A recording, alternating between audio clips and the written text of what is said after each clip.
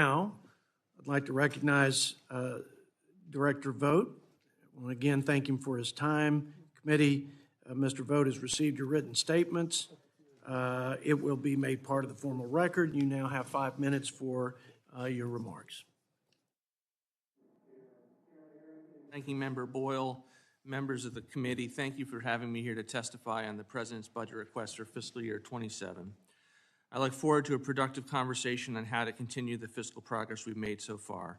When President Trump took office, the nation was facing financial catastrophe under the failed leadership of the Biden administration, and decades of status quo spending strangling our nation.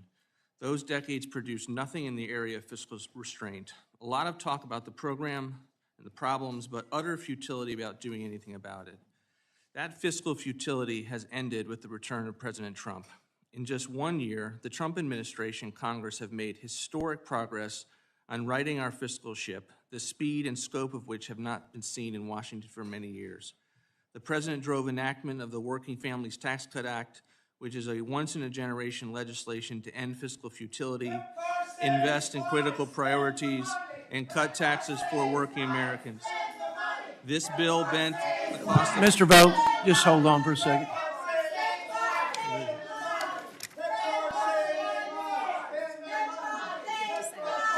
The chair notes a disruption in the hearing and requests that the Capitol Police restore order immediately. The committee will briefly take a recess until we restore order.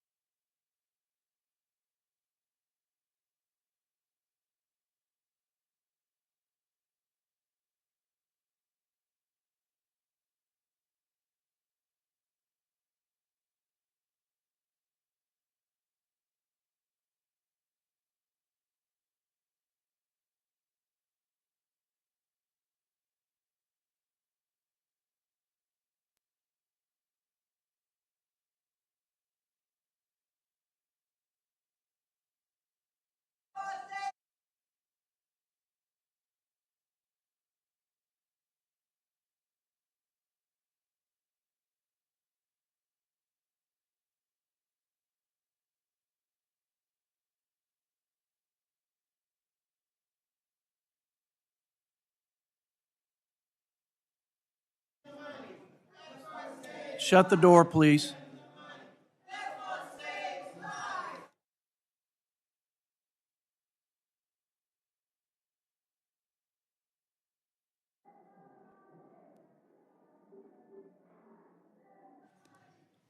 Mr. Vought, please resume. This bill bent the cost curve for federal spending, achieving nearly $2 trillion in mandatory savings while securing historic investments in our nation's defense and the Department of Homeland Security without corresponding increases in objectionable non-defense spending. The President also shepherded legislation through Congress that rescinded $9 billion in wasteful and weaponized spending. Mr. Vought, back up, start again where you left off. We're going to wait until these folks move down. I can't hear anything, and we're not going to let them disrupt this hearing. As the ranking member said, we have some serious business to do. I certainly don't think that these guys condone this disruption. This is not the way this committee works, never has. Since I've been here, I don't think it's going to work that way either side. So let's move those guys. Just, if you don't mind, Jody, in the 3 years and 3 months since Jody's been chair and I've been ranking member, I think this is the first we've had of this. It's a very serious issue, so I understand why they're passionate. But we have actually, unlike other congressional committees that really do devolve into the,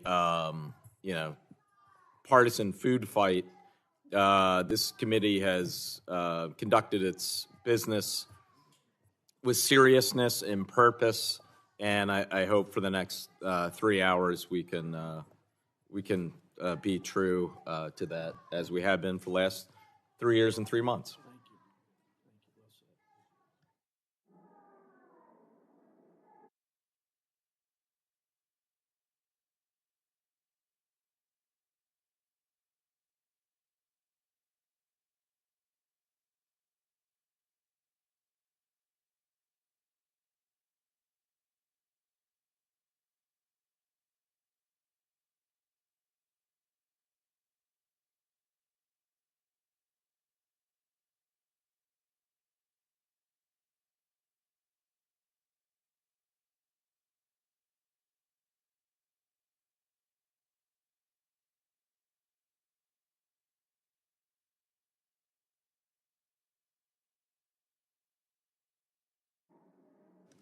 Okay, I think we're in a better spot. Speak loudly into the mic, and well, let's proceed. The President also shepherded legislation through Congress that rescinded $9 billion in wasteful and weaponized spending, which was the first standalone rescissions package enacted by Congress since 1992. He canceled $3 billion in excessive spending that was wrongly designated as an emergency by the Congress and executed a historic pocket rescission to eliminate $5 billion in wasteful foreign aid.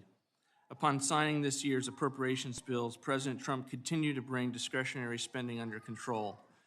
The full 2026 appropriations bills enacted the first real spending cut in over a decade to discretionary spending. It rooted out wasteful spending that the administration identified across federal agencies. The enacted bills reaffirm administration policies to eliminate ineffective federal agencies that do not serve a useful purpose. For example, the bills eliminated all programming for USAID as the administration works to fully shut down the agency after decades of mismanagement and abuse. This also included the complete elimination of the Corporation for Public Broadcasting, which funneled billions of taxpayer dollars into biased and woke program at NPR and PBS. We look forward to working with you to achieve even more progress in the next appropriation cycle. This budget builds on the President's vision by continuing to constrain non-defense spending and reform the federal government. The budget proposes a 10% cut to non-defense compared to 2026 levels. Within this total, the budget maintains investment in border security and immigration enforcement. It delivers on the President's commitment to support law enforcement and combat violent crime with a 13% increase to the Department of Justice, and honors the nation's sacred obligation to our military veterans. In addition, this 2027 budget eliminates wasteful Green New Deal projects that are dependent on foreign supply chains, returns control of education back to American families, and roots out waste, fraud, and abuse in programs both at home and abroad, ensuring that every taxpayer dollar makes Americans safer, stronger, and more prosperous. The budget simultaneously builds upon the historic $1 trillion fiscal year 26 defense top line by requesting $1.5 trillion for 2027, a 42% increase as promised by President Trump last year. The 2027 budget will ensure that the United States continues to maintain the world's most powerful and capable military as we grapple with an increasingly dangerous world. It is a sizable increase, and I want to explain that. It is meant for significant paradigm-shifting investments. For instance, the President and his Department of War are exhibiting tremendous leadership to build ships, planes, drones, munitions, and satellites faster without the backlog of status quo. For the industrial base to double or triple and build more facilities, not just add shifts, it requires multi-year agreements to purchase into the future. That cost has to be booked in this first year. Under President Trump's bold leadership, every tool in the executive fiscal toolbox has been used to achieve real savings, and our administration will continue to do so. A historic paradigm shift in the budget process is occurring, and it is producing real results for the American people.